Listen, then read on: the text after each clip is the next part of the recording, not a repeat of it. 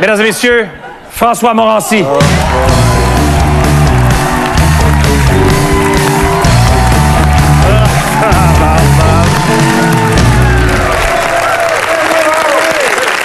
Merci beaucoup. Merci, bonsoir. Vous savez, moi, Michel Courtemanche, je l'aimais. Un peu. Il me gossait avec ses grimaces, mais je veux dire, je le respectais. Ben là, on s'entend, c'était pas Jean Béliveau, là, je veux dire... Il y a bien du monde qui s'en sacrait de Courtemanche, et avec raison. Michel, c'était un humoriste... un humoriste, c'était plus un amuseur public. Mais il n'amusait pas tout le monde. Hein? Non, il y en a qui aimaient. Il était très détesté, vraiment très détesté. Parce que Michel, c'était un mime, mais qui fait des bruits. Quand tu dis le pire des deux mondes, moi, je me dis dans la vie, si tu mime, mais ferme ta gueule. C'est ma philosophie, c'est moi.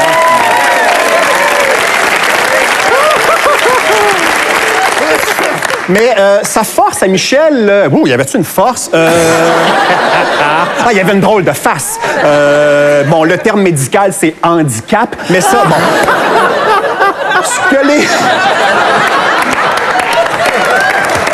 Mais ça, tout le monde sait ça. Ce que les jeunes ne savent pas, c'est que Michel, Patrice l'a dit, c'était une vedette internationale. C'était l'ambassadeur du Québec avant Céline Dion, avant le Cirque du Soleil. C'est lui qui nous représentait partout sur Terre. Puis ça, c'est pas une bonne nouvelle.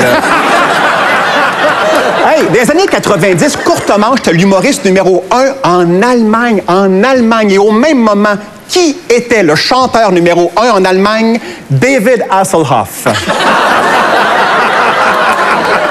Dans ces années-là, les Allemands tripaient sur un lifeguard de 50 ans qui chante faux et sur un clown qui a une face qui stretch comme des bas de nylon. Curieusement, au même moment, le mouvement nazi a repris de la force. Et on se demande comment il a fait pour pogner autant ailleurs. Ben, c'est ses textes. Tu sais, Michel... Il y avait vraiment des bons textes, Michel.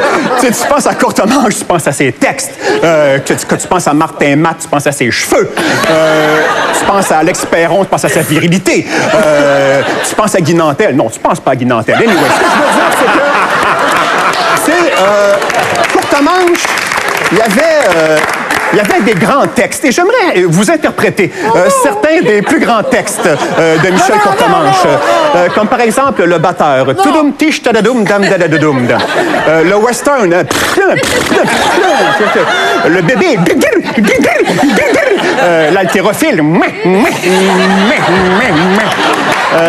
de l'humour à texte.